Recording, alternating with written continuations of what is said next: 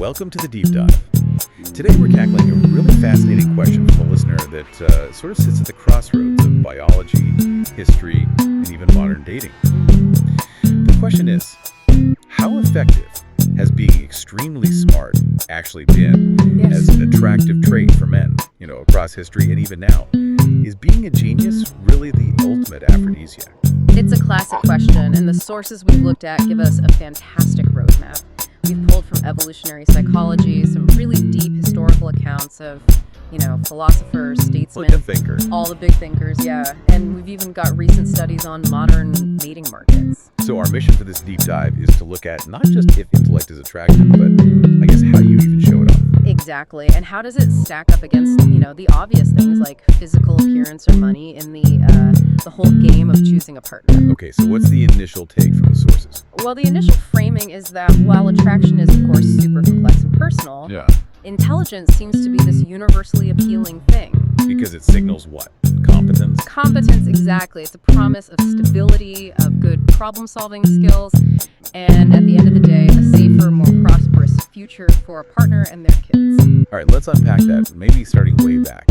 How would our ancient ancestors even demonstrate high intelligence in a way that's, attractive? It's not like they were handing out SAT scores around the campfire. No, exactly. For intelligence to be a trait that gets selected for, it has to lead to something tangible, something you can see. Right. Prehistorically, and for most of history, showing off your intellect was all about practical application. It meant you were the person who could find food reliably, build a better shelter, and, keep the group safe. So the ancient genius wasn't the guy reciting poetry, it was the guy who invented a better spear. That's it, precisely. Right. You were the one who could innovate, who developed, say, an atlaw to throw that spear farther, or designed a better fishing hook, or figured out the basics of agriculture. You were signaling your intelligence through results. Yes, through tangible outcomes, provision and protection. That innovation led directly to high social status, control over resources, and that made you an incredibly desirable. It's the ultimate show, don't tell. Your mind wasn't attractive on its own. It was attractive because of what it could do. Yes, and that control over resources was the visible historical proof of a sharp mind. Now, if you fast forward to today, the function is basically the same, but how we show it has changed. Right. Intelligence now provides for a partner through career success, good financial planning, or even contributions to society. Like a scientist working on renewable energy. It's still about creating better living conditions. So the key takeaway is that attraction to intellect is and has always been tied to the utility of that intelligence, the promise of providing and protecting. It had to be beneficial. Otherwise, our giant, energy-hungry brains just wouldn't have been worth the cost. Okay, so that's the bedrock, the practical stuff. But what comes next? Let's move into part 2, because there must be a more purely cognitive side to this. There is. And this brings us to what might be the most effective, hard-to-fake signal of high intelligence. Wit and humor. Exactly, wit and humor. This is where we get into what's called the Cyrano effect. The theory is that the human brain evolved partly as a courtship ornament. A courtship ornament, I like that. What does that mean? Well, think about it. The brain is the most metabolically expensive organ we have. It burns about 20% of your daily calories. Wow. Yeah, so to develop and run a brain capable of complex thought is basically this huge, costly advertisement of your genetic quality. So if you can afford to run that big, expensive engine, you must be a high-quality partner. Yeah. And the fastest way to show off that engine's horsepower is through talking. Absolutely. The most direct way is verbal courtship. Dazzling someone with quick wit, telling a complex story using a rich vocabulary. And humor, specifically, is what the sources call an evolutionary enigma. Why an enigma, and why is it so hard to fake? I mean, anyone can memorize a joke. But not spontaneous, witty humor. That requires incredibly rapid cognitive processing. You have to connect unrelated ideas, you have to be creative, and you have to do it in real time under social pressure.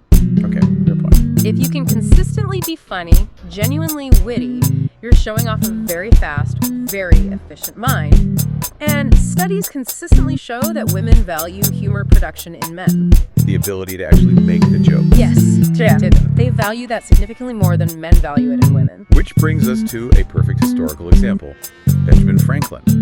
The sources call him the founding flirt, which is amazing. It is, and they note he was incredibly popular with French aristocratic women when he was in his 70s, even though he was, and I quote, paunchy and balding. So his appeal was 0% physical. Pretty much. It was his scientific fame, his incredible wit, and what they called his flirtatious repartee. He was basically trading on his intellectual charm and curiosity. His brain was his currency.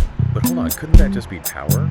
I mean, he was an American ambassador. How do we separate the intellect from the status? That's a great question, and the sources would argue that the status and the power came directly from his intellect. He wasn't an aristocrat. He earned his position through his inventions, his writing, his strategy. His witty conversations were the real-time proof of the mind that got him that status. Okay, I see. It's not just the title, it's the brain that earned the title. Exactly, and it wasn't just politicians. Think of Giacomo Casanova. We think of him as just a womanizer, but historical accounts show he was a mathematician, a philosopher, a translator. That's fascinating. It completely changes the stereotype. It does. His memoirs suggest his appeal wasn't just about physical conquest. He was actively looking for an intellectual bond. He used what he called seductive storytelling and philosophy as his main tools. He was practicing intellectual courtship. So this preference for a sharp mind is ancient, even if the word for it is modern. Which brings us to part 3 and the concept of sapiosexuality. Right, being sexually attracted to intelligence over physical looks. And we have some classic examples of men who were attractive almost purely because of their intellect or the power it gave them. The archetypal pairing is Arthur Miller and Marilyn Monroe. He was this serious intellectual playwright, not, conventionally handsome. No. But his gravitas and intellect just captivated her. She was actively looking for stability and an intellectual challenge.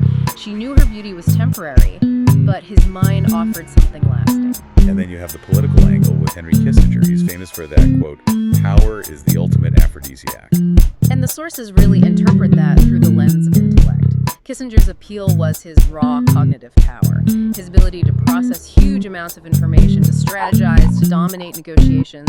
It was the genius behind the power that was so attractive. But it goes both ways. The sources also highlight some incredible female sapiosexuals. Marilyn Monroe herself had a framed photo of Albert Einstein on her piano. Which is such a powerful cultural signal, right? And this preference often led to real intellectual collaborations. Take Émilie du Châtelet, a brilliant mathematician and physicist. She was drawn to Voltaire's mind, and their relationship became a partnership. They worked together translating Newton's Principia. So the attraction wasn't just to the person, but to the work they could do together. Precisely. And you see it again with someone like Lou Andreas Salome, who was an intellectual muse to Nietzsche, Rilke, Freud.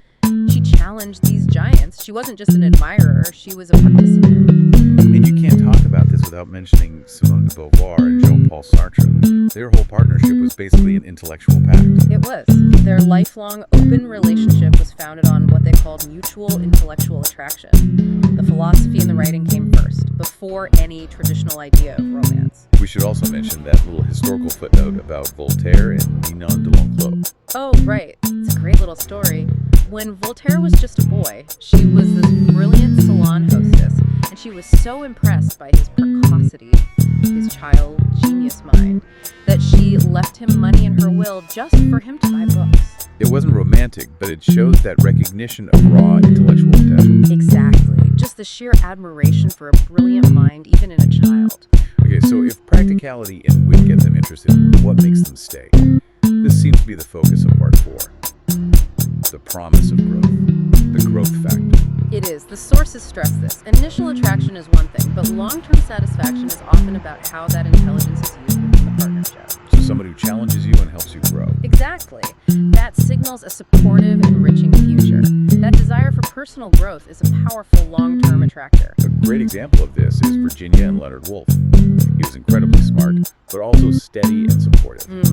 Their relationship was built on a mutual respect for intellectual work. He helped her manage her mental health, of course, but just as importantly, they founded the Hogarth Press together.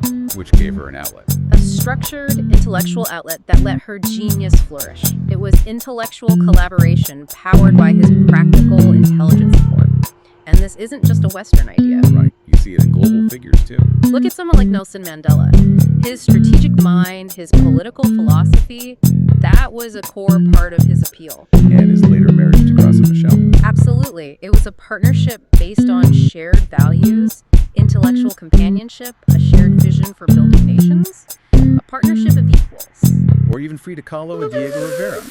It was volatile, sure, but her unique artistic vision and fierce intelligence were what held him captive, far beyond just physical attraction. Yes, and in Erokhane, too. Her decisive personality, her political skill, her attraction was directly tied to her political genius.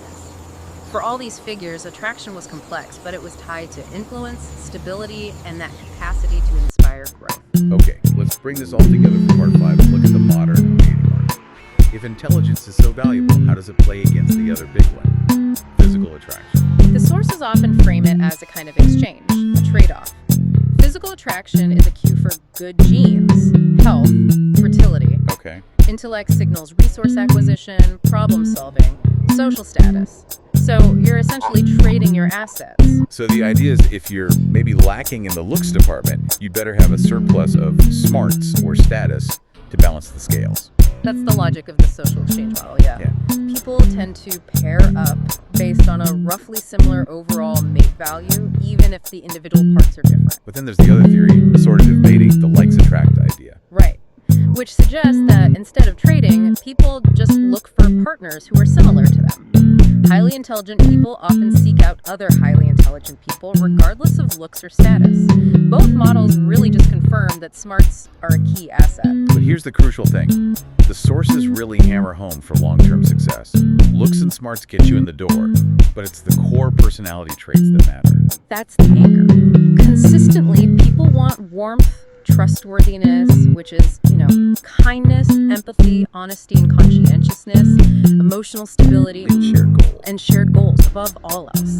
Intelligence is fantastic, but, a brilliant mind paired with low empathy or high instability, that's a recipe for disaster. So the intellectual spark might start the fire, but it's the kindness and reliability that keep the relationship going. A vital distinction. So to sum it all up, demonstrating intelligence, whether through providing resources or through quick wit or the promise of personal growth, is consistently a highly valued trait, especially for long-term partners. The mind is clearly a powerful magnet. Absolutely. But let's leave you with the modern challenge, because the sources on technology and dating show how the whole landscape has shifted. Okay, online dating has given us this massive pool of candidates, which sounds great. But it often leads to what they call choice overload, a fear of missing out. And it pushes us towards being more superficial, prioritizing photos over everything else. And the critical problem the sources point out is that everyone online is curating this ideal, witty, digital persona, a perfectly filtered version of themselves. So there's a disconnect between the profile and the person. A huge one. So here's the final thought for you to chew on.